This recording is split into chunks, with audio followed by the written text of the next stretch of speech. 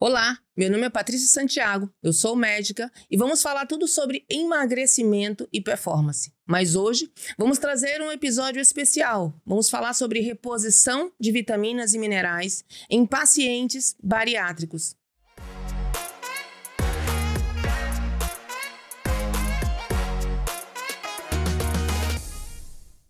Então, doutora Patrícia, estamos aqui novamente para mais um episódio do nosso podcast. Vamos falar hoje um pouco aqui para os nossos ouvintes, nossos seguidores, sobre reposição de vitaminas em pós-operatório de bariátrica. Qual que é o propósito disso, né?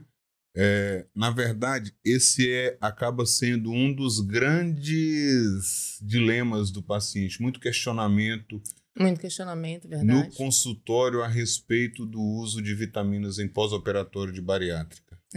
A necessidade, eles têm muitas dúvidas sobre se realmente há necessidade para essa reposição, né, contínua, né? E aí, às vezes, eu acho que a falta de esclarecimento, porque conforme nós vamos envelhecendo, nós vamos reduzindo a quantidade, né, na verdade, os níveis de alguns nutrientes, né, enzimas que nós produzimos e são necessários para o nosso organismo, tanto dentro do emagrecimento, do envelhecimento, de saúde, né? Quanto você trabalhar uma performance melhor. Isso. E eu converso muito com os pacientes, aquilo que a gente já falou algumas vezes em outros episódios passados aqui, é a dúvida sobre medicação, se tem que tomar remédio pro resto da vida com a cirurgia bariátrica, aquela velha dúvida entre medicação e suplementação, né? Nós já falamos que medicação é que você toma para doença, suplementação é aquilo que a gente usa para complementar as vitaminas, né?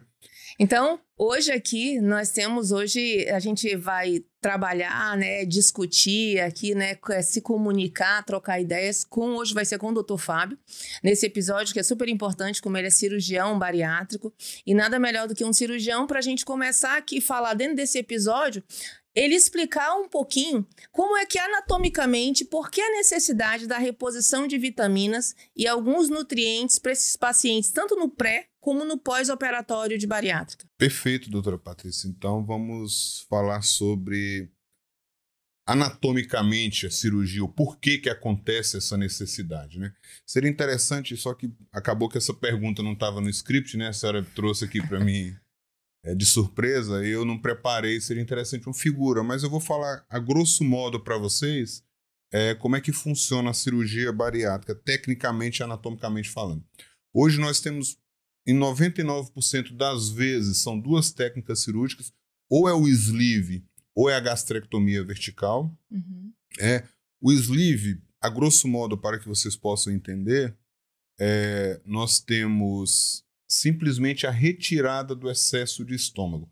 Vamos imaginar um paciente que tem um estômago com 500 ml, 600 ml de capacidade gástrica. A gente faz a retirada em média de 80%, 85% do estômago, e esse paciente passa a ficar com a capacidade ali em torno de 100, 120 ml. Nós não mexemos estruturalmente em nada, na estrutura intestinal desse paciente. Só fizemos a redução. A redução volumétrica do estômago. Essa é a gastrectomia vertical ou gastrectomia em manga. O pessoal latino chama manga, né? O pessoal da língua latina, eles acabam chamando manga. É porque fica parecendo uma manga de paletó. Uhum. Entendeu? Então é a gastrectomia vertical que chama, tá? Essa é uma das técnicas. A outra técnica que a gente utiliza muito, e a mais utilizada, pelo menos das que eu faço, é que eu mais utilizo, é o bypass gástrico. No bypass, sim, a gente mexe na estrutura intestinal. Uhum. Nós criamos um estômago pequeno, chamado de Paut, pegamos o intestino, pula toda a primeira, segunda, terceira porção do duodeno e a gente já leva uma alça de jejum lá em cima. Então o alimento não passa nessa primeira, segunda porção do duodeno. A gente isola o duodeno, por isso chama bypass, uma ponte. A gente pula o duodeno e o alimento já cai direto no jejum. No jejum. Tá. Né? E isso é importante, tem uma importância muito grande quando a gente pensa em suplementação de vitaminas, porque alguns nutrientes e vitaminas são absorvidos exatamente nessa porção do duodeno. Essa primeira porção do duodeno. Isso E mesmo. o alimento não passando lá, os nutrientes não passando lá, caindo diretamente no jejum, mesmo que o paciente tenha o consumo desses nutrientes acaba não absorvendo. Tá? Então, essa é uma das questões anatômicas que faz muita diferença.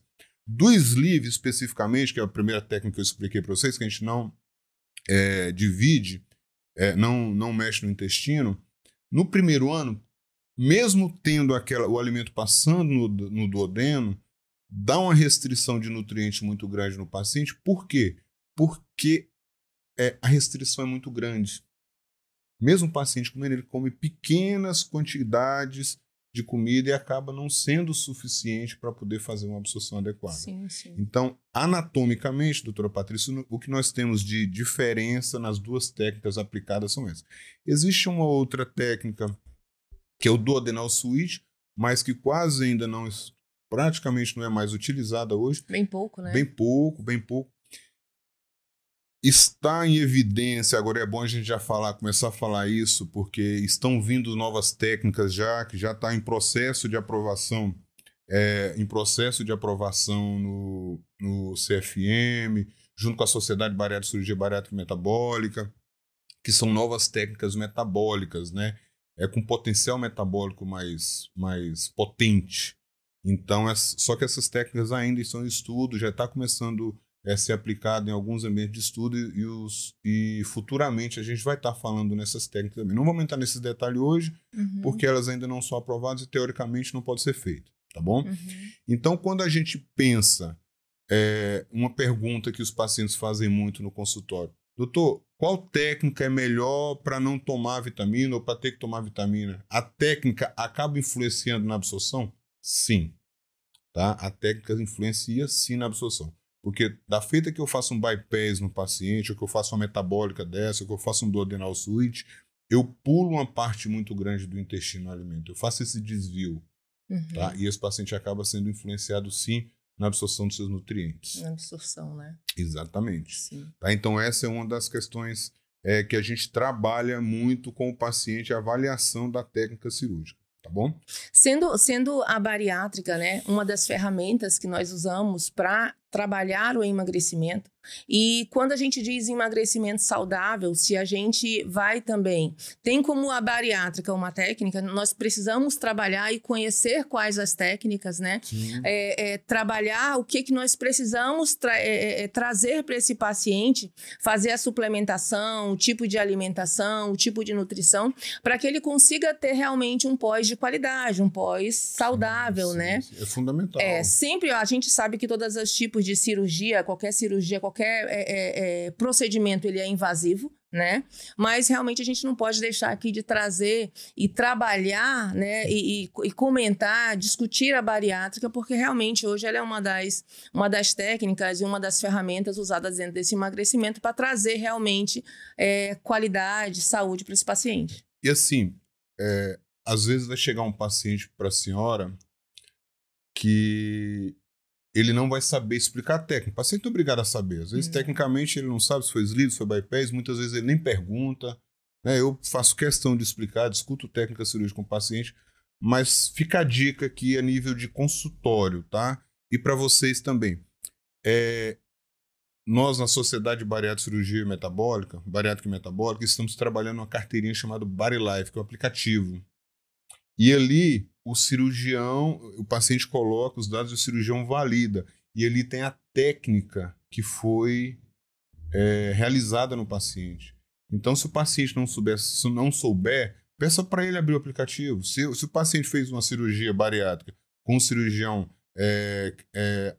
habilitado e credenciado pela sociedade, esse paciente tem essa carteirinha. Tá? Então, ele vai saber, vai facilitar a sua vida se um paciente não souber dizer a técnica. A carteirinha digital. Na verdade, chama de carteirinha, né? Mas é um aplicativo, tá? É um aplicativo. Como é que funciona esse aplicativo? Ele entra no aplicativo, coloca todos os dados... Ele tem que baixar o aplicativo no Play Store. Baixa o aplicativo, isso. Aí ele preenche todos os dados dele. Aí essa informação, vamos imaginar que eu tenho operado esse paciente. Aí essa informação chega para mim, eu avalio, o paciente fulano de tal, fez técnica tal, tem todas as informações lá, e eu valido aquilo ali, aí ele está habilitado com a carteirinha dele. Entendi. Então, quando ele faz o preenchimento das informações, ele coloca qual cirurgião operou, e aí esse cirurgião ele vai receber o link para você validar as informações e preencher a técnica que ele realizou. Exatamente. A senhora vai ter a certeza da técnica que ele realizou. Se ele tiver alguma dúvida, uma outra dica também para a senhora saber, de repente na consulta ele está com endoscopia, geralmente esses pacientes não dão muito com endoscopia, a senhora vai ver lá o sleeve, a gastrectomia bypass, eles acabam vendo. Porque às vezes gera essa dúvida, né? A gente sabe que dependendo do tipo de cirurgia, vai depender a influência e a quantidade de suplementação que esse paciente precisa. Sim, a qualidade, né? Uma das coisas também que muito interfere na suplementação, né? Como esse paciente vai dar, qual vai ser a necessidade, é o tipo de alimentação que ele faz no dia a dia dele, né? A gente sabe que o paciente bariátrico, ele faz pequenas porções, muitas vezes, no dia a dia. Várias alimentações com pequenas porções no dia a dia. Mas se essas pequenas porções que ele faz no dia a dia, devido ao pequeno volume que ele não consegue ingerir, devido ao procedimento, não é porque ele não quer, mas o procedimento, e se nós tivermos qualidade nessa alimentação, isso também vai favorecer muito, né, doutor Fábio? Sim, com certeza, com certeza. Vai depender muito do que ele come. Eu explico sempre os pacientes, o primeiro ano é muito restritivo, independente da técnica. Ele não vai conseguir comer. Um paciente no primeiro ano dificilmente consegue comer 150, passa de 200 gramas de comida por refeição, ele não consegue comer 200 gramas de comida. Então, independente se ele está tendo uma boa alimentação, é óbvio que se ele tiver uma boa alimentação ajuda bastante, mas a quantidade de nutriente acaba sendo muito pequena. Sim. Para vocês terem uma ideia, o paciente pós-bariátrico, ele consome, como o doutor Fábio falou, ele chega a consumir mais ou menos uma média nos primeiros meses, uma média de 500 a 700 quilocalorias dia. Imagina um paciente que fazia um consumo, uma média de 2.000 calorias. 1.500 calorias. A senhora está sendo bem modesta, um paciente... Não, mas eu coloquei aqui a média, né? Sim. Porque cada paciente, isso vai variar bastante. Né? Então, a gente não está colocando aqui taxando, a gente está colocando aqui um parâmetro.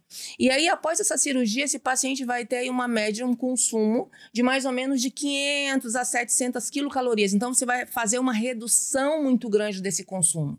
E aí, quando a gente vai colocar aqui para um macronutriente que é super importante dentro do consumo diário para trabalhar a saciedade, para trabalhar a construção de músculo, é a proteína. Então, esse paciente ele vai consumir aí, de acordo com todo o procedimento que ele fez, uma média de aí 80 gramas de proteína líquida por dia.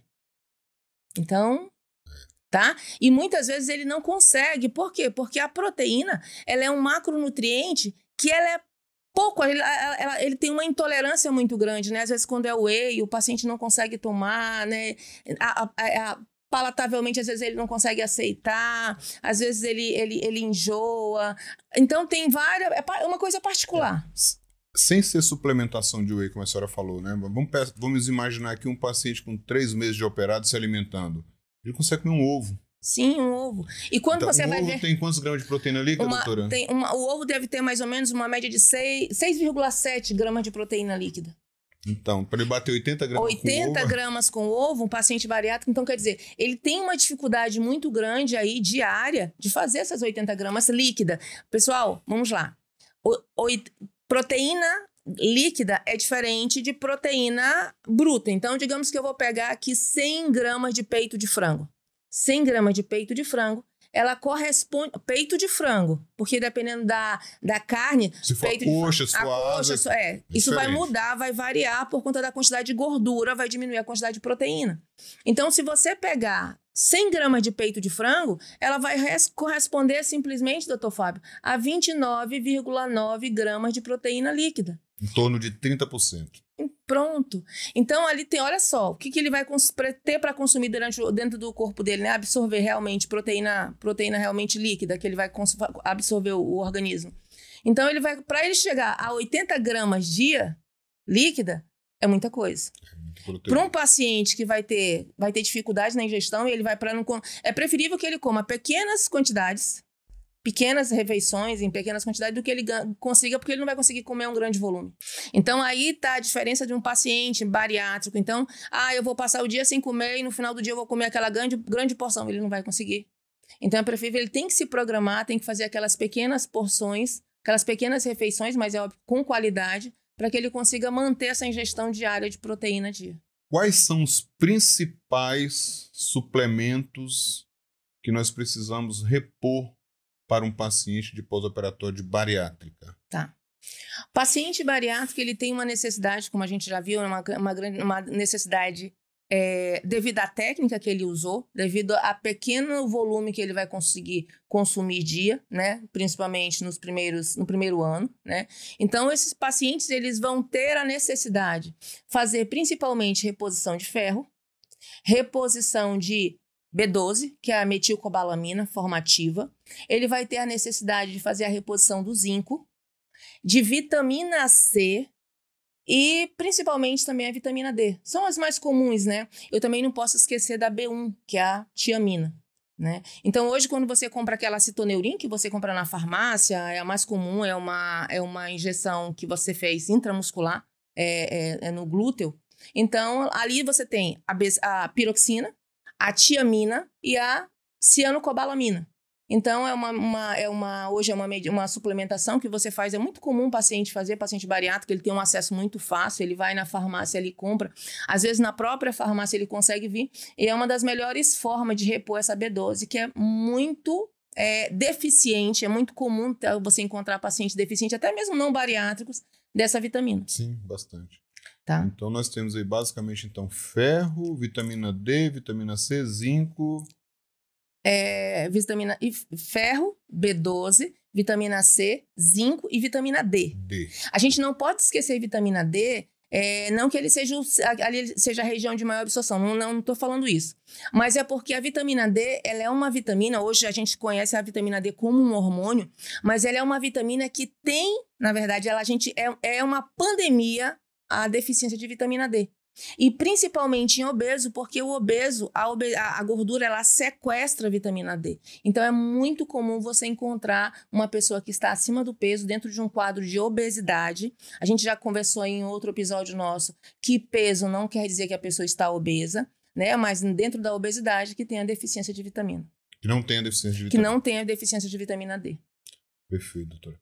E de nutrientes, aí a gente precisa também pensar na suplementação de proteína também. Sim, a gente precisa trabalhar a reposição de proteínas, a gente precisa repor o cobre, né? Por que o cobre? Porque o cobre com o zinco, eles competem pelo mesmo sítio de absorção. Então, muitas vezes o paciente faz pouca ingestão de alimentos ricos em cobre, ou se ele tem o zinco estiver muito alto, então você tem que estar sempre acompanhando.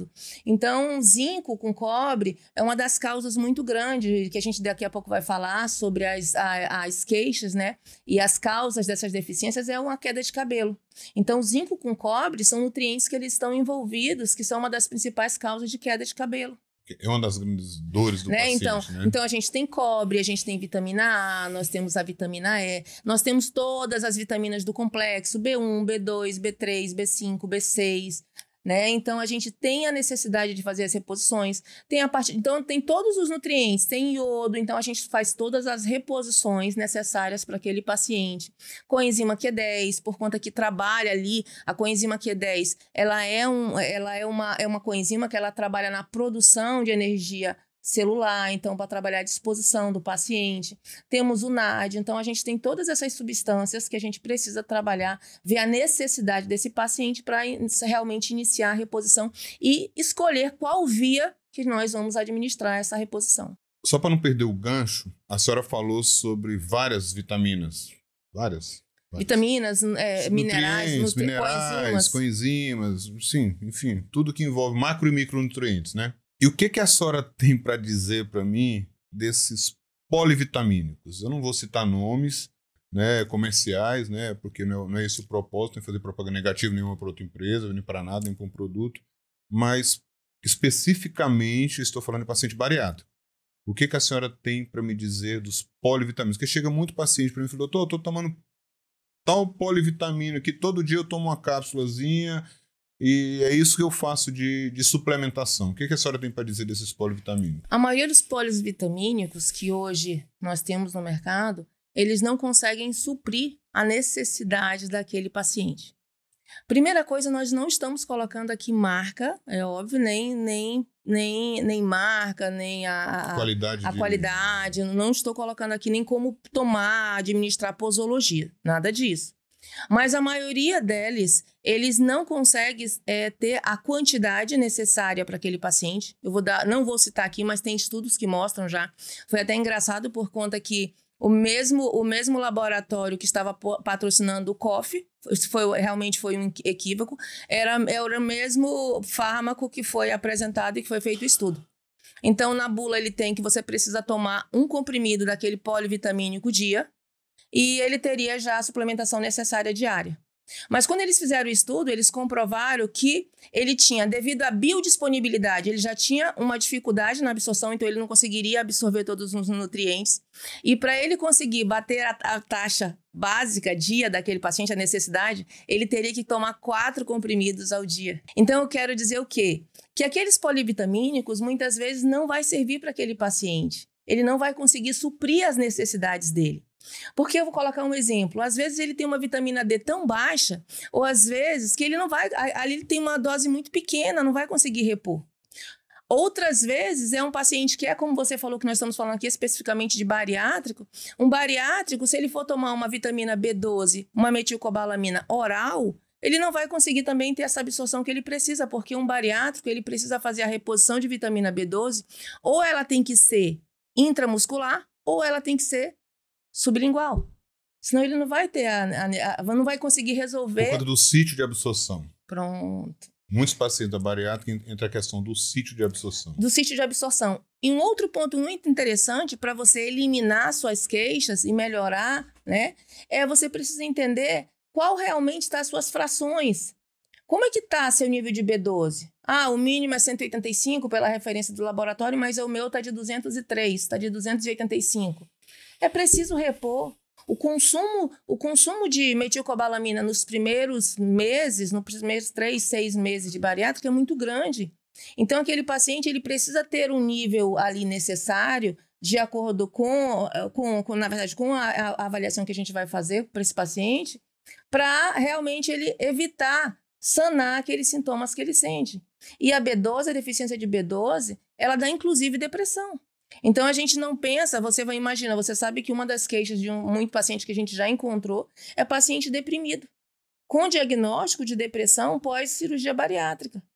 Mas a gente não pode pensar que esse paciente ele teve a depressão só por conta que você mudou, ele teve todo aquele processo, que a mente dele não fez o acompanhamento da mudança do corpo dele, né? A troca de onde que ele tinha prazer em comer e agora a gente tirou esse prazer. Não, mas às vezes o paciente pode ter uma deficiência de vitamina D ou uma deficiência de metilcobalamina. O paciente pode evoluir com depressão. Também é importante o ponto psicológico, também não desmerecendo. Sim, não desmerecendo. Claro. Você conhece, você me sabe que o quanto eu acho a importância que eu dou, fundamental o acompanhamento do paciente pós-bariátrico. Mas eu também não posso ficar aqui só tratando o psicológico do paciente e esquecendo o orgânico aqui, né? O biológico, né?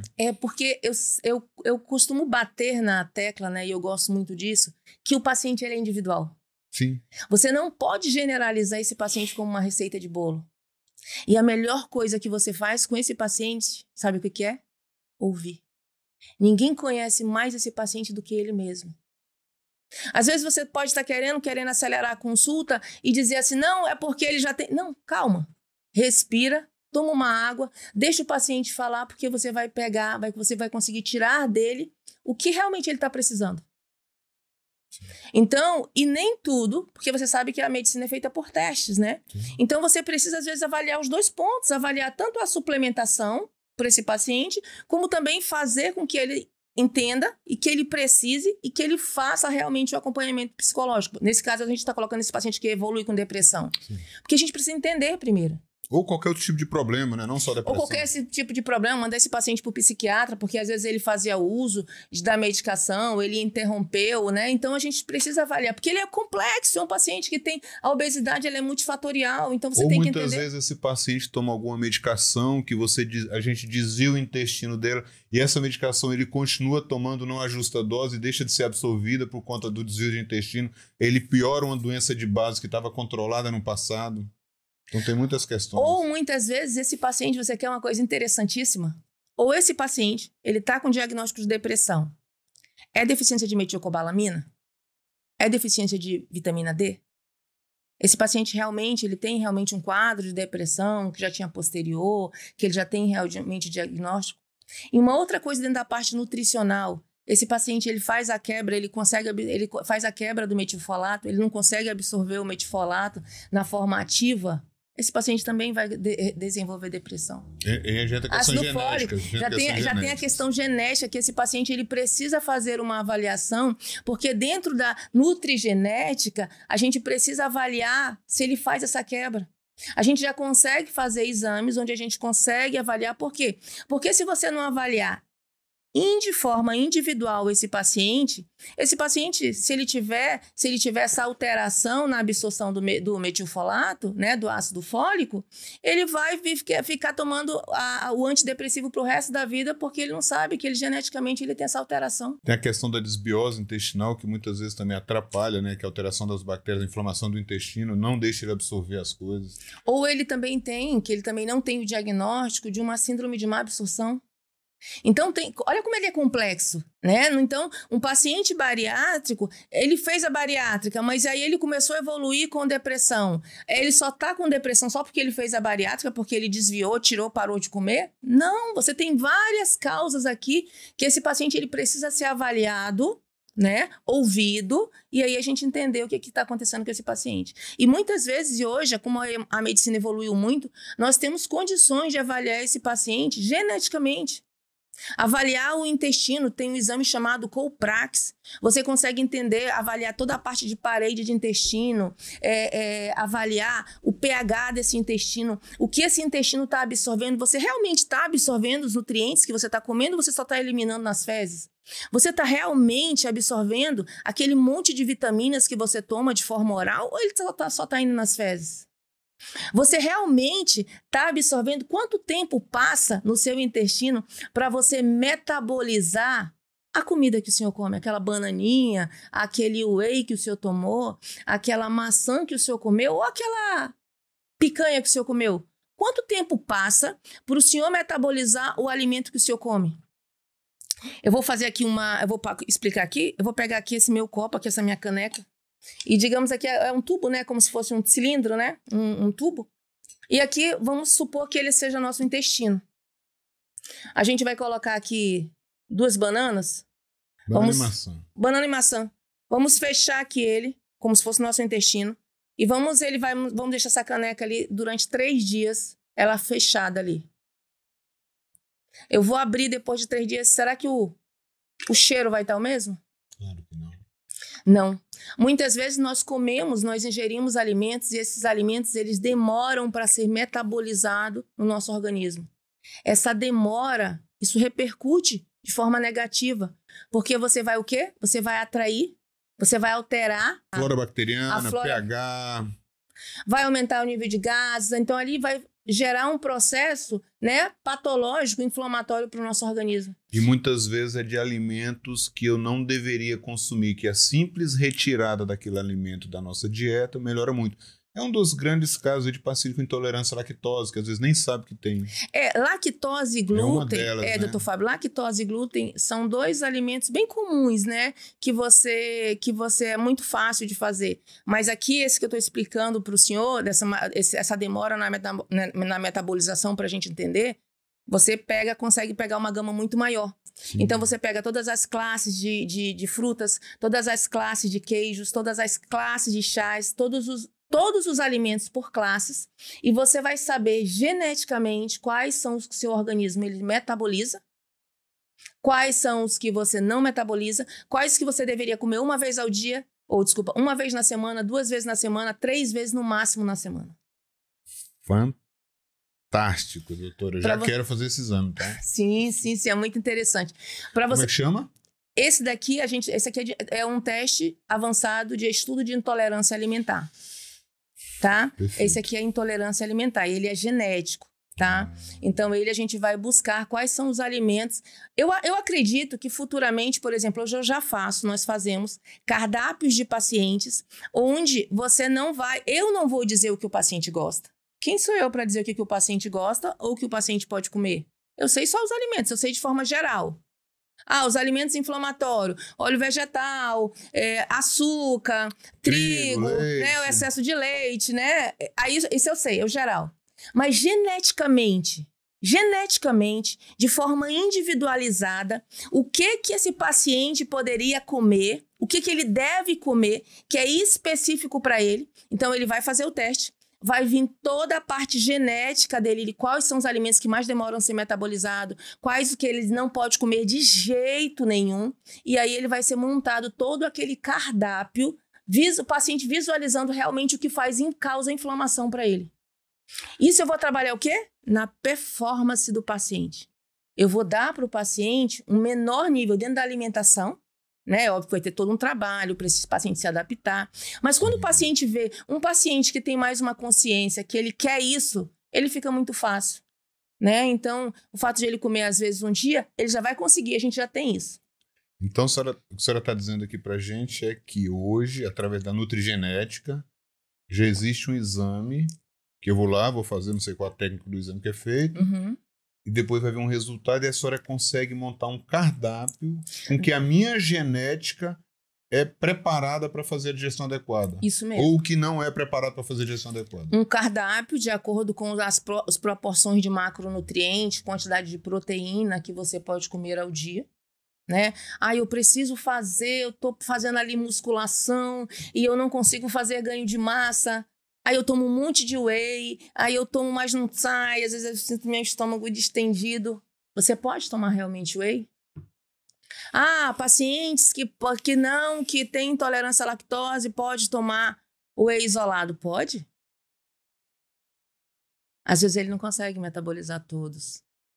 E aí, como ele não consegue metabolizar, ele muitas vezes... eu não estou colocando, vamos pontuar que não é só isso. Sim, mas claro. Isso também é uma parte que interfere no resultado que esse paciente busca. Mas isso também é válido para o paciente pós-operatório. Não, mas isso... Para todo mundo, né? Não é só para bariátrico. Eu coloquei isso aqui porque isso aqui também, né? A gente fugiu um pouquinho, explicando, né, de forma mais prolongada, mas é um exame que pode ser feito para esse paciente pós-bariátrica. Porque muitas vezes o paciente pós-bariátrica, ele começa com algumas restrições, ele não vai aceitar mais certos alimentos. E aí, dentro de um tempo, porque aquele paciente não tem mais aquele prazer que ele tinha no alimento. Então tem que ser algo muito diferente, muito bem trabalhado para que esse paciente aceite. Ele não vai conseguir aceitar mais a mesma coisa todo dia. Eu tô com um paciente na cabeça agora aqui que eu vou indicar esse exame. Eu vou indicar para a senhora que ele realmente come, ele tá com um nível de intolerância alimentar muito alto. Pouquíssimas coisas ele está conseguindo comer em relação a isso. E ele consegue fazer, então, dentro desse exame, a gente consegue trabalhar com ele, né? Quais são os alimentos que ele pode comer dentro realmente para a gente reduzir o nível de inflamação. Porque eu sei que o paciente, ele vê primeiramente, quando o paciente vai por faixa etária, mas o paciente que tem acima de 30 anos, ele busca uma saúde. E quando a gente busca em saúde não é só alimento e não só é atividade física. Saúde, como eu pontuo para você sempre, saúde é algo muito mais amplo, que ele envolve toda a parte. Eu tenho certeza, né? E a gente já viu, eu posso citar aqui só um caso de um paciente, rápido, que eu não vou citar nomes, né? Pode, claro. Então, era um paciente que ele foi encaminhado para mim por uma otorrino, que ele tinha refluxo. Né? Ele tinha de forma recorrente aquela rouquidão, eu não vou colocar termo técnico aqui, eu vou colocar de forma que o paciente entenda. Ele tinha rouquidão, ele foi indicado para fazer a cirurgia, aquela cirurgia de controle que faz de refluxo, e ele tinha também uma acidez muito grande. Com esse exame, esse paciente específico, ele tinha muitas intolerâncias, mas ele tinha intolerância a alho. Alho. E ele não podia comer das carnes, ele não podia comer o peito do frango. Resumindo a história, porque eu tenho isso em prontuário, né? Peraí. Então a senhora está me dizendo aqui que a intolerância alimentar não é só, por exemplo, a esses alimentos mais inflamatórios, tipo trigo, açúcar, leite. Não. Fábio, posso ter intolerância a coco. Eu já tive uma outra que tinha coco.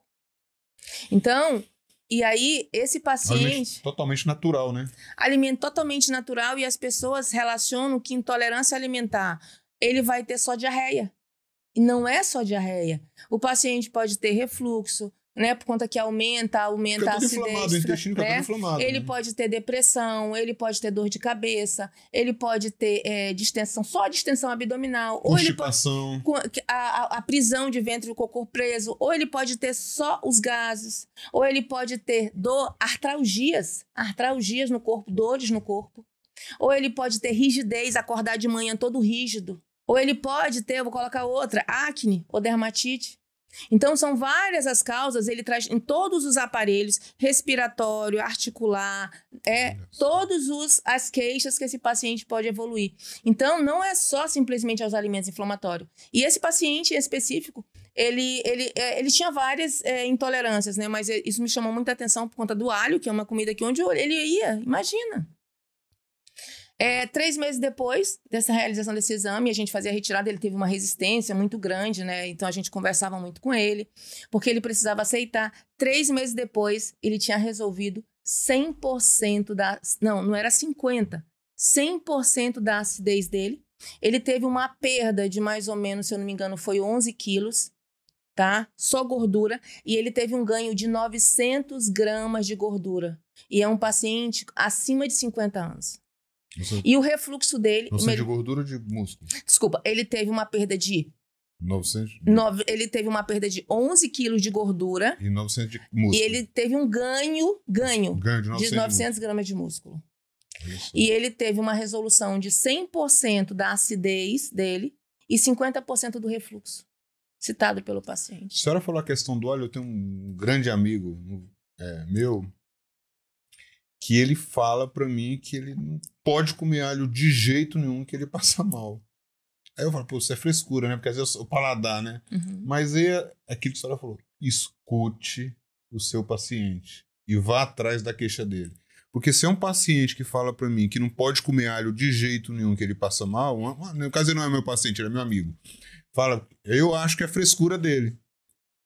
Às vezes ele pode ter uma intolerância dessa alho. A senhora falou do alho, eu lembrei dele aqui. E eu gosto de conversar com o meu paciente quando o meu paciente diz, doutor, eu tenho isso. Aí eu explico para ele, às vezes ele... Não são todos, né? Mas é óbvio, mas doutora, mas precisa disso.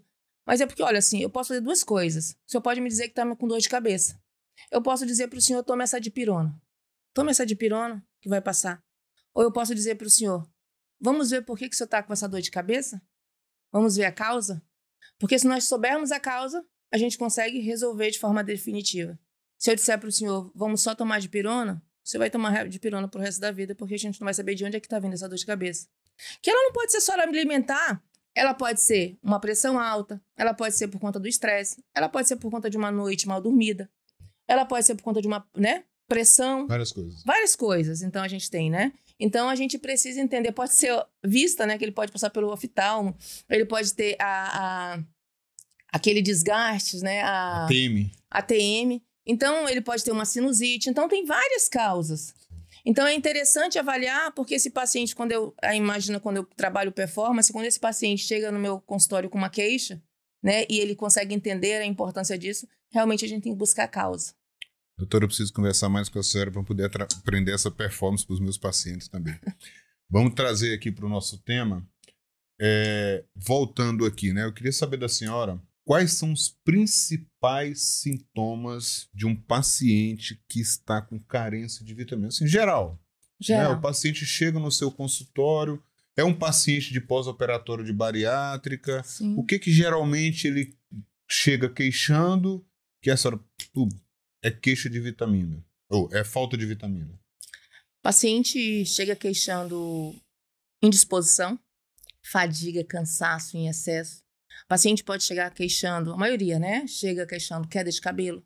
Queda de cabelo, você já citou antes, né? Queda de cabelo, indisposição, baixa de libido, dermatites, né? Erupções na pele.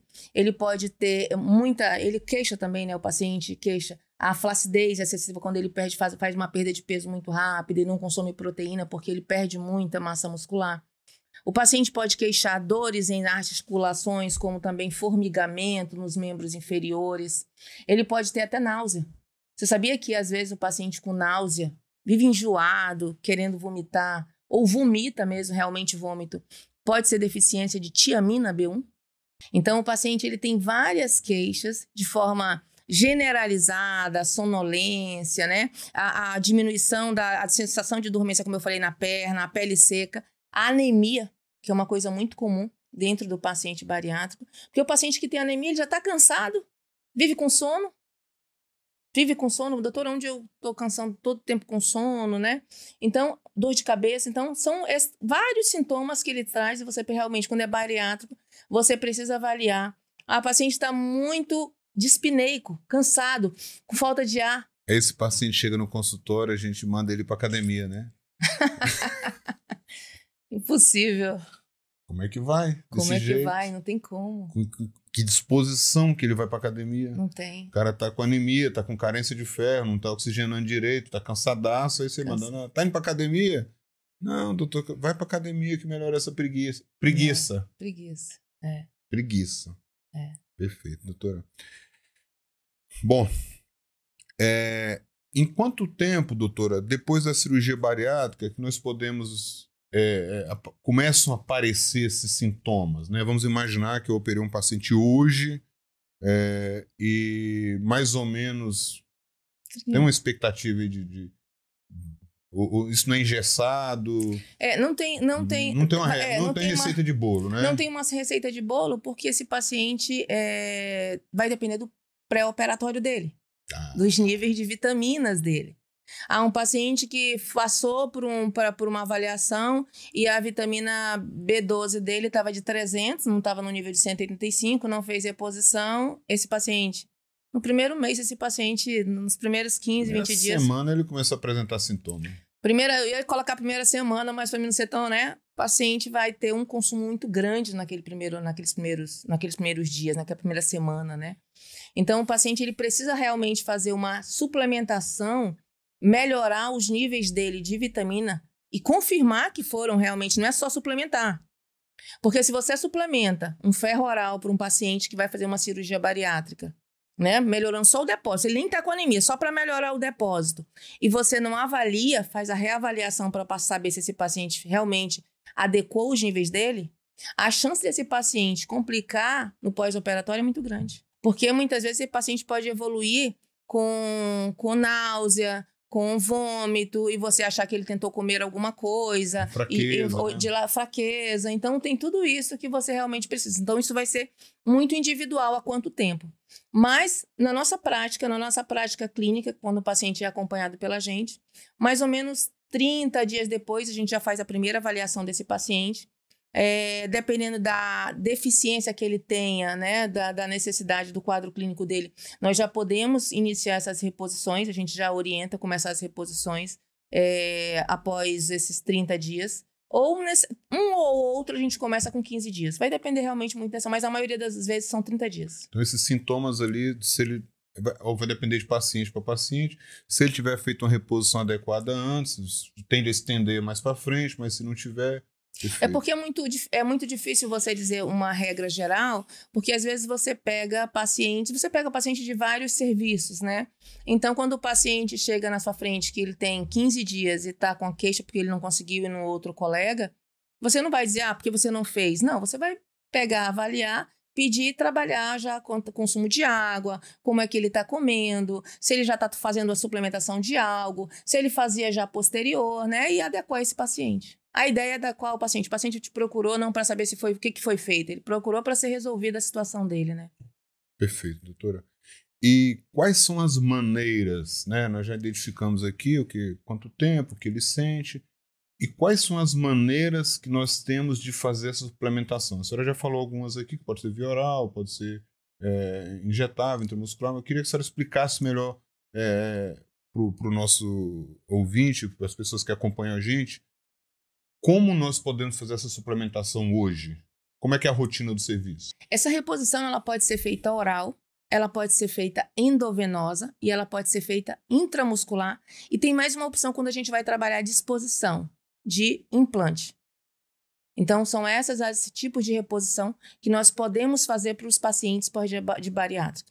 É super importante no primeiro momento, e eu sempre prezo por isso, quando o paciente, é óbvio, quando o paciente ele aceita, porque primeira pessoa tem que ser feita aceitar ele. Se ele estiver de acordo, nós conseguimos fazer e levar o melhor para ele. Ele precisa entender, né, e aceitar, querer que a gente faça aquilo.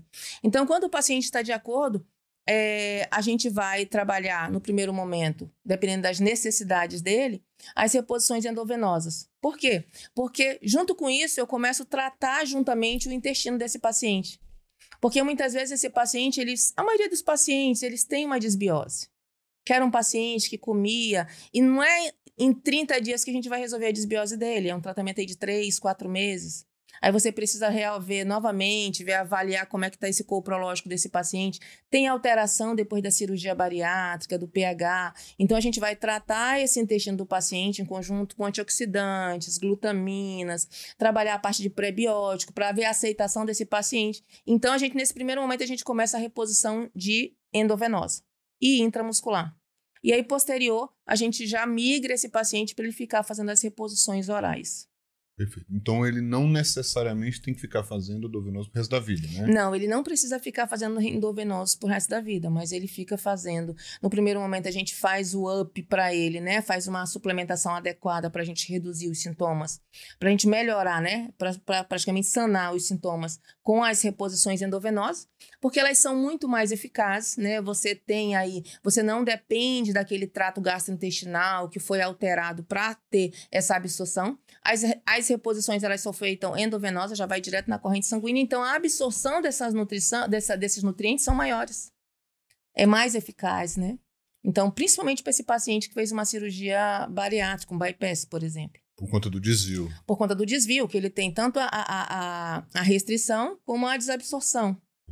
E se for um paciente que tem outras intolerâncias, que tem desbiose, que tem síndrome de má absorção, né? Então, é um paciente que a gente tem que avaliar. Então, é caso a caso, mas realmente, para o bariátrico, a reposição endovenosa ela é muito eficaz. Perfeito. E qual é a frequência?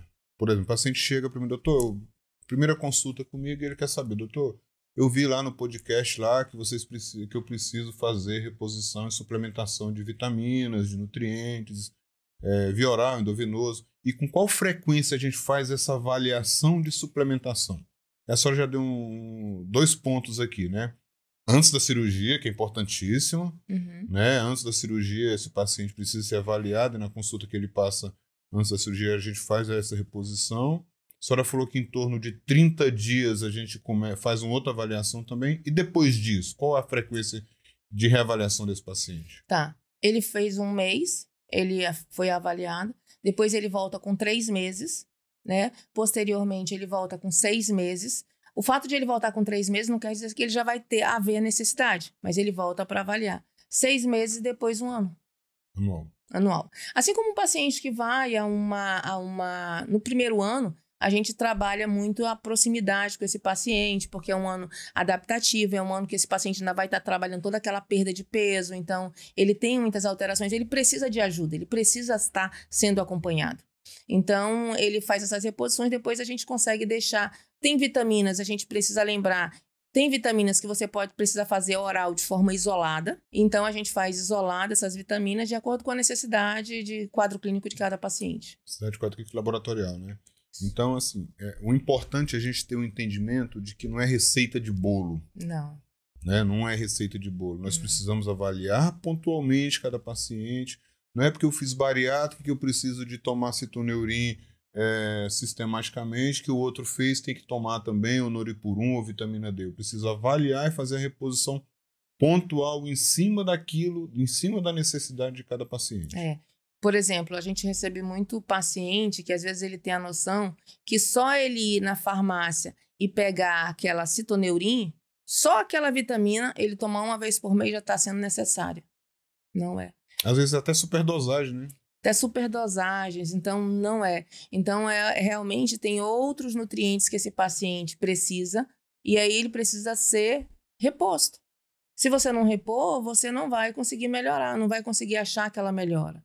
E não é só as vitaminas, né? Esse paciente, muitas vezes, ele tem que ser vista a questão hormonal. Sim. Super importante, nós poderíamos parar aqui um podcast todo só para falar sobre a questão hormonal. Vamos fazer um. Vamos fazer um para paciente bariátrico. Importantíssimo. É importantíssimo. Então, esse paciente, por conta que não é só as reposições. Esse paciente, dentro de uma... Vou colocar aqui a mulher, tá? Uma mulher com deficiência de reposição de hormonal, com desequilíbrio hormonal, esse paciente entra na faixa dos 38, 40 anos, ela já vai começar com alteração visual, alteração na vista. Ela começa a trabalhar a perda da libido, percebe alteração na pele, alteração no humor, né, no psicológico, alteração cardiovascular. Climatério? Climatério. Então, o paciente, ele já começa com essas mudanças e ele precisa ser acompanhado, né? E realmente ser ouvido para a gente conseguir ajudar esse paciente. O que eu vejo muito disso, ela tocou nas mulheres, né? Por exemplo, a mulher naquela faixa etária de 45 para 50 anos, que ela já está mais próxima ali do climatério dela, depois que ela faz a cirurgia bariátrica, esses hormônios despencam. E muitas me questionam, doutor, por quê? É porque muitas vezes a gente esquece que o estrogênio, ele tem uma produção periférica na gordura muito grande. Na gordura muito grande. Na hora que ela emagrece, ela perde essa produção periférica, aí escancara o climatério dela ou a própria menopausa. Então, a mulher, conforme ela vai envelhecendo, você vai percebendo que ela vai começando a ganhar uma gordura abdominal. Essa gordura abdominal, ela é ocasionada por quê? Pelo estradiol, né? Pelo estrogênio, né? Sim. Pelo estrogênio, entendeu? Então, essa alteração que a gente tem, então ela vai vindo, essa gordura abdominal que ela vai vir, então a gente tem que fazer a avaliação para a gente acompanhar esses níveis, né? Porque esse desequilíbrio, ele vai dar alguns sintomas. E muitas vezes as pessoas confundem, ou vão deixando, porque é normal, e não é normal. Então, só para recapitular aqui o tempo, né? Com que frequência a gente faz a avaliação. No primeiro ano, ele faz no primeiro mês, com 3 meses, com 6 meses e com 1 ano. 1 ano. No segundo ano, a partir do segundo ano, qual que é a sequência de acompanhamento? Esse paciente continua nessa frequência ou ele diminui a intensidade que ele precisa de fazer esse acompanhamento a nível de consultório? Tá. Comigo, deixa eu lhe falar. Com o cirurgião, a recomendação a partir do segundo ano de cirurgia é que ele venha uma vez por ano, que eu peço uma endoscopia anual para esse paciente. Tá? E na parte de avaliação dessa suplementação, qual que é a necessidade? Tá. Então, a gente, como eu falei, a primeira coisa que a gente trabalha dentro do serviço é com 1 mês, 3 meses, 6 meses, 1 ano. Segundo ano, ele vem semestral ou caso apareça algum sintoma. Porque se o paciente começar a surgir um sintoma, você não precisa esperar 1 ano para voltar, né? Então, às vezes, você precisa trazer esse paciente para avaliar. Pode ter tido alguma situação pontual ali que consumiu uma vitamina? Consumiu. Lembra que eu citei para você da queda de cabelo? A queda de cabelo, a maioria das vezes, quando o paciente tem deficiência, ou é uma deficiência de... Não precisa ser necessariamente todas essas, mas é uma deficiência de vitamina C, ou é uma deficiência de zinco, ou é uma deficiência de ferro, ou é uma deficiência de biotina, ou é uma deficiência de cobre.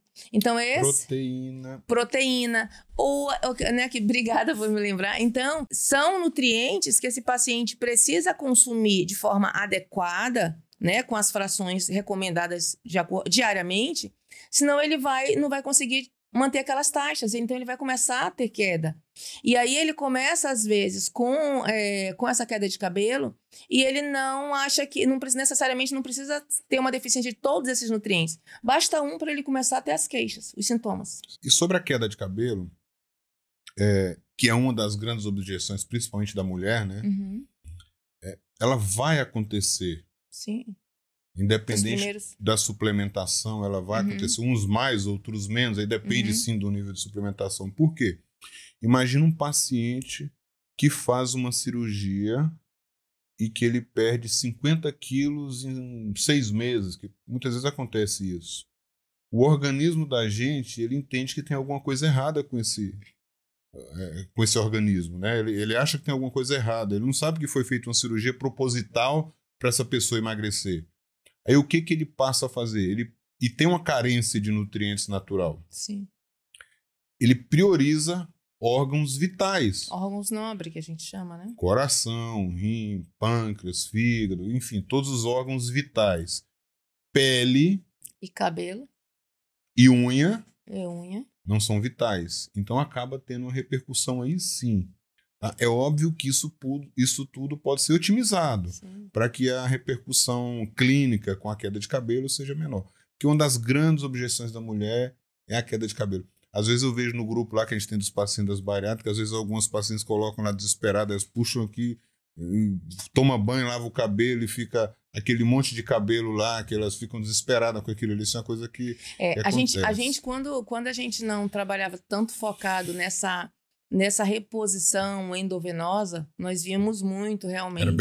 Era bem mais, né? Então, a gente tem aí 8 anos, né? Trabalhando com cirurgia bariátrica. Então, no começo, nós não fazíamos essa reposição. Hoje, nós conseguimos no serviço repor todas as nutrientes, todos, inclusive aminoácidos, de forma endovenosa. Então, a chance desse paciente evoluir com essas queixas é muito menor. E aí, a gente tem que pontuar que não é uma aplicação que vai resolver a vida desse paciente. Então, quantas aplicações, doutora, seriam necessárias? No mínimo, esse paciente, dependendo dos níveis dele de deficiência, no mínimo, esse paciente ele faz de 5 a 10 aplicações. De 5 a 10, por conta.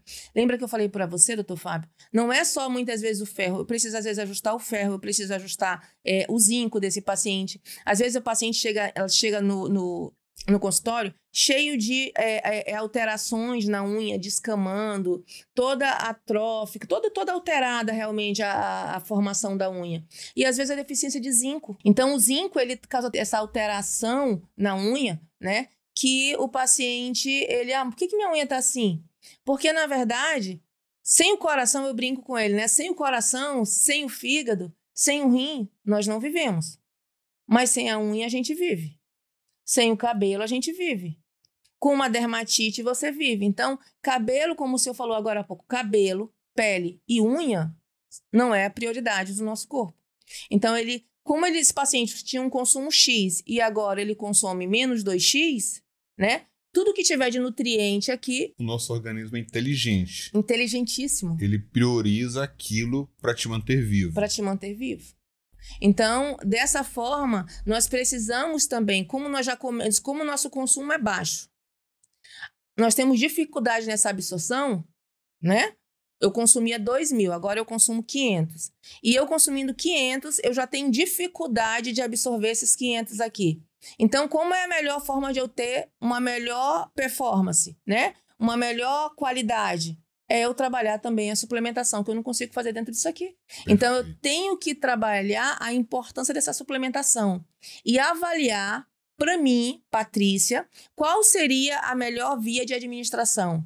Dentro do que eu conseguiria mais êxito, dentro da minha técnica que eu utilizo, dentro do meu dia a dia de trabalho, dentro do meu poder aquisitivo, qual seria a melhor forma de administração? Isso vai ser avaliado e aí conversado com o paciente. E isso é importante. Por que nós estamos tocando muito nesse assunto? Exatamente para desmistificar algumas coisas de que a cirurgia bariátrica ela faz mal, ela faz isso, faz aquilo. Na verdade, o que acontece? Se um paciente ele não é bem acompanhado, ele vai ter todos esses problemas dos quais nós estamos citando aqui. Porém, se ele tem um acompanhamento adequado, com equipe multidisciplinar, fazendo as suplementações, seja via oral, seja endovenosa, seja através de implantes, seja como for, esse paciente não vai ter nenhum desses problemas. Isso é a importância da gente passar essas informações da suplementação para vocês. Não é com o propósito de assombrar, de achar que toda bariátrica vai acontecer isso. Não, não é isso, pessoal. Correto, doutora Patrícia? Sim. É exatamente. Se tiver um acompanhamento adequado, ele não vai ter nada disso. Esses problemas não vão aparecer. Eles aparecem, podem aparecer, né? Podem aparecer, né? Porque, por exemplo, a queda de cabelo é uma coisa... Natural não, esperada. Esperada, né? Então, você vai reduzir a chance de sintomas, né? Exatamente. Mas a gente precisa imaginar que o nosso organismo, como eu falei para vocês, é como se fosse uma identidade. Essa identidade, que é o DNA, que é a sua parte genética, ela é igual ao seu RG. Só pertence a você. Ninguém pode utilizar. Então, aquele paciente, ele é único. Então, a chance de você evoluir é muito pequena. Mas pode acontecer? Pode. E aí, a melhor forma, a forma que se acontecer, é óbvio que vai ser com menor intensidade, você vai realmente ter a solução disso aí é muito mais rápido.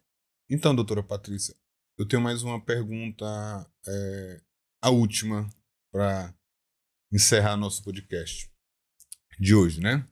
É só paciente bariátrico que precisa suplementar ou não? Não. Na verdade, a gente comentou no início do podcast que conforme nós vamos envelhecendo, conforme nós temos uma vida corrida, que cada vez é mais comum as pessoas terem as vidas corridas, a pessoa que está no trabalho, tem várias tarefas, a pessoa que está em casa, que fica em casa com seus filhos, tem que levar filho na escola, tem que buscar, né? Que hoje não dorme direito, porque fica trabalhando de noite. Né? Então, essas particularidades de cada um, muitas vezes nos leva a ter alimentações diárias desequilibradas e com nem todos os nutrientes necessários. E não dormir direito à noite, né? Altera a cronobiologia, né? Altera toda a cortisol, causa toda uma alteração em microbiota e dificulta essa absorção. Além de você não consumir de forma adequada. O que você consome não é absorvido. O que você consome não é absorvido. E como você está envelhecendo, nós necessitamos da reposição. A reposição de vitaminas e nutrientes, para que você consiga envelhecer e ter uma qualidade de vida, para que você também consiga o quê? Ofertar para os seus filhos. Sim. Né? Para que você consiga ofertar também para os seus filhos, porque você é o espelho dos seus filhos. Então, não é só bariátrico que precisa de suplementação. Todos nós, tá? Todos nós, ao envelhecer, quem busca uma melhor performance, quem quer performar melhor, você precisa fazer as reposições. Mas não é você tendo aquela farmácia, aquela loja de suplementação em casa. Você precisa avaliar dentro das suas necessidades o que você precisa. O que seria melhor para mim? E uma dica aqui que eu vou deixar aqui, que a gente falou hoje, que eu acho dentro do que nós comentamos, é você realmente buscar saber o que para você seria o melhor. Não só dentro de suplementação, mas dentro da alimentação. E isso é possível. Dentro da nutrigenética, você consegue buscar quais os alimentos você pode consumir, tá? Que seria mais adequado para você. Pessoal, isso não é dieta, tá? Isso é específico para o paciente. Tratamento. Isso é tratamento, isso é qualidade de vida. Você imaginou? Você que gosta de tomar tanto café, saber que você não pode tomar café? Já não quero mais fazer esse exame, doutora. Já imaginou se parar que eu não posso tomar café? Então, às vezes você acha... Vou ter que tomar cápsula de cafeína, eu acho. Ou descafeinado, será? Aí depende do componente que tem dentro do café. Pronto. Se é cafeína, se é algum outro componente, que não pode necessariamente a cafeína. Pronto. Então, ou se é algum outro composto que tem dentro do café. Por exemplo, o paciente, às vezes, ele não pode tomar café porque a maioria, né? Às vezes ela interfere no sono porque ela inibe a adenosina. E a adenosina é a substância que causa o quê? Relaxamento. E esse paciente não dorme à noite. Eu só tomo café até meio-dia. Do meio-dia pra frente, dificilmente eu tomo café. Máximo uma xícarazinha ali, 2 horas da tarde, no máximo. Já mudou, né? Já mudei, né? Eu tomava café o dia inteiro, mas isso estava prejudicando muito meu sono. Isso. Aí eu reduzi o meu café do dia, da parte da tarde, né? Aí aquilo que eu tomava o dia inteiro, eu tô tomando só na manhã agora. E é super interessante, porque quando você faz algo, você sabendo o que você pode comer... Às vezes dá uma dorzinha, né? Que você gosta muito de algumas coisas. Mas eu vou citar tá? Eu já fiz esse exame. Ele é sensacional. Porque você melhora tanto a parte... todo o seu trato gastrointestinal. Porque você tira os alimentos que realmente causam ali, naquele momento, uma inflamação. E você não tinha conhecimento. Eu vou citar aqui 2 para vocês terem uma ideia que a pessoa nunca imaginaria. Você sabe que eu já fiz esse exame, né? Eu fiz por quê? Eu fiz porque eu sentia muito cansaço no final do dia, né? Eu tinha muito cansaço, eu tinha umas distensões abdominais, tá? Meu abdômen, às vezes, ficava no final do dia distendido. E eu não como açúcar, muito raro eu comer trigo. E eu começava a ter um empolamento, como se fosse assim, ferradas de formiga, só do lado do lado esquerdo do meu braço. E aí eu fui buscar mais ou menos, eu não lembro o período, acho que está com mais ou menos 1 ano e meio que eu fiz esse exame. E aí vieram 7 alimentos que eu não posso comer. Dentre eles, eu vou colocar 3 aqui, então. Eu não posso comer, doutor Fábio, gema de ovo. Eu não posso comer aveia. Eu não posso comer nenhum tipo de queijo. Eu como, às vezes... De teimosa, às vezes, né? Tanto que a minha filha fala assim, mas mamãe, a senhora não pode comer queijo. Eu falo, é só esse pedacinho aqui. Então, quando eu como, eu sei, eu não como em grandes quantidades, nem como todo dia e nem toda semana. Hoje eu realmente... No começo eu tive muita dificuldade, porque eu gosto de queijo, a maioria das pessoas gosta, não tomo leite, mas queijo eu gostava. Então, eu já tô aí um tempo sem comer queijo.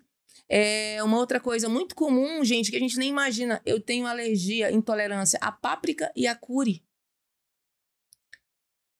Imagina, gema de... Ah, ele sabe, ó, cogumelo e champignon.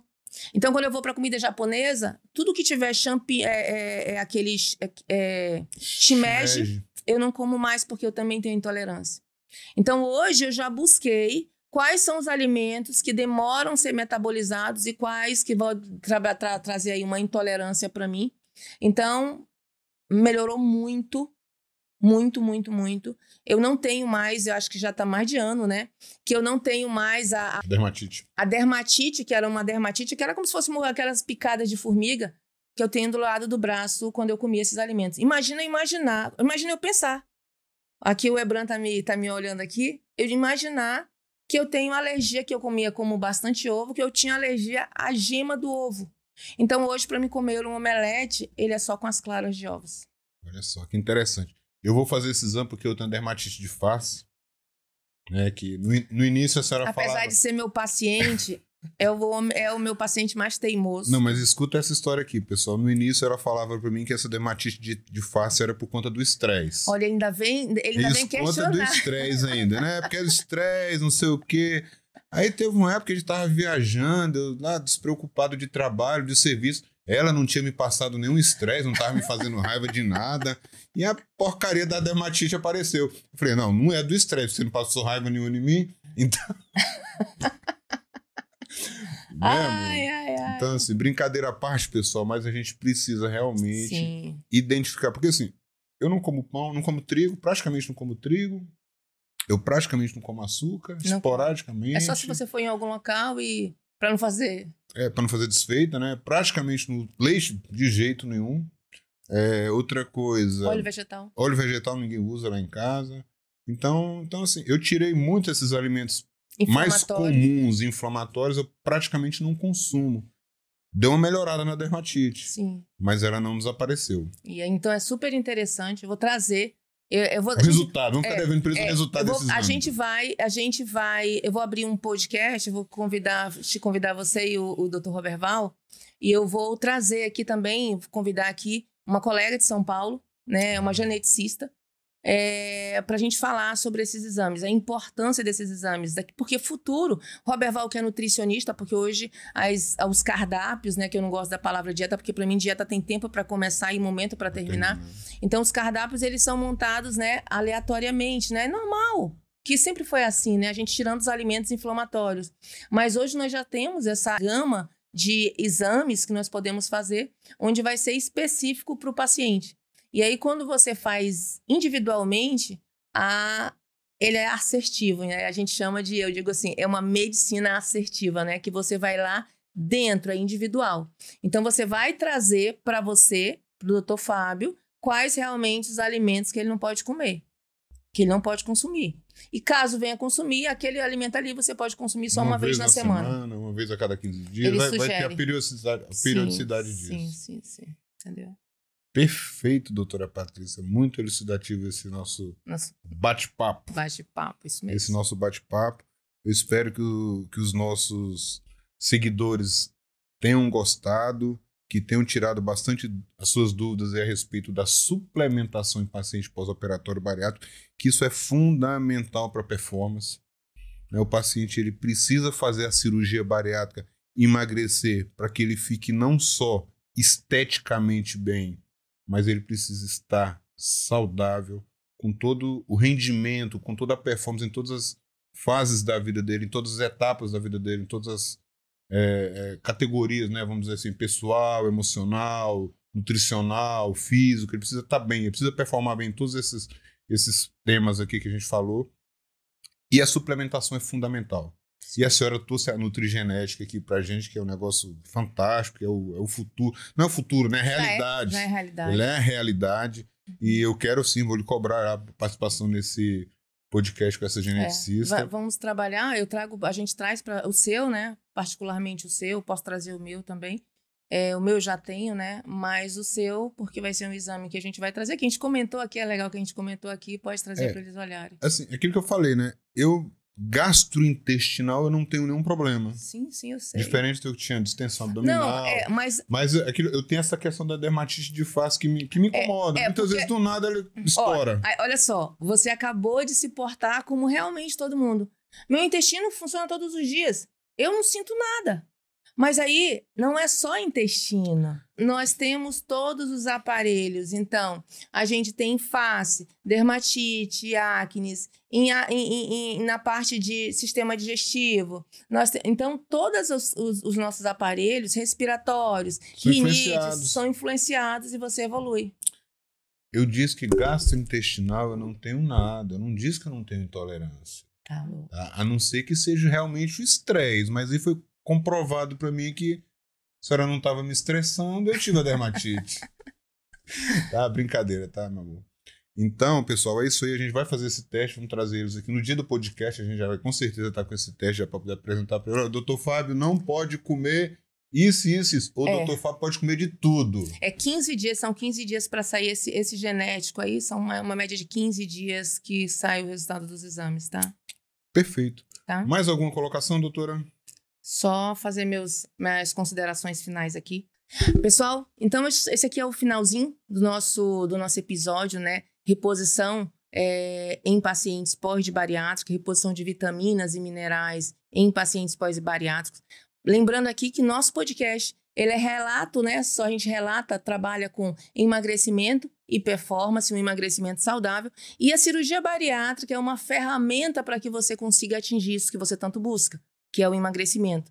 Então, qual é a melhor forma de você emagrecer? A melhor forma de você emagrecer é você buscar as estratégias de forma individual para você, não de forma generalizada.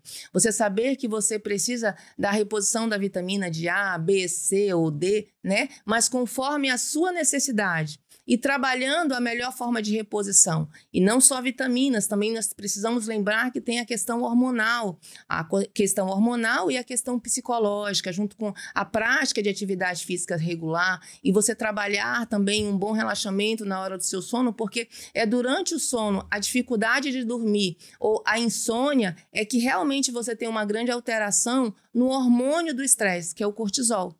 Então, espero que vocês tenham gostado bastante dessas informações que nós trouxemos para vocês, juntamente com essa parte da nutrigenética, né, para a gente trabalhar com vocês. E aí, nos próximos episódios, a gente vai trazer um só específico de hormônio, juntamente com a parte de nutrigenética. Doutor Fábio, muito obrigada mais uma vez, tá, por estarmos aqui juntos, aqui, dividindo aqui conhecimento, né, e trazendo aqui para os nossos telespectadores, para os nossos seguidores aqui desse podcast, as informações para que você consiga aplicar no seu dia a dia. Muito obrigada aí, tá? E até a próxima, hein? Doutora Patrícia, eu que agradeço, né? Eu quero fazer um testemunho aqui que eu sou um cirurgião diferenciado porque eu tenho você do meu lado. Ai, que bonitinho. Não só tecnicamente, mas é porque eu aprendo muito Eu também clínica. aprendo muito com você. Tá? Eu aprendo muito clínica, né? Porque não é só operar. Operar, com o passar do tempo, até deixa de existir uma importância muito fundamental. Mas esse acompanhamento do paciente faz total diferença. Tá? E dividir conhecimento e aprender me faz ser diferente dos meus pacientes. E isso eu tenho certeza que agrega muito, muito, muito, muito. Eu aprendo tanto com a senhora que daqui a pouco eu vou parar de mandar meus pacientes para você e eu mesmo vou fazer. Abraço, pessoal. Abraço, pessoal. E até a próxima. Até a próxima.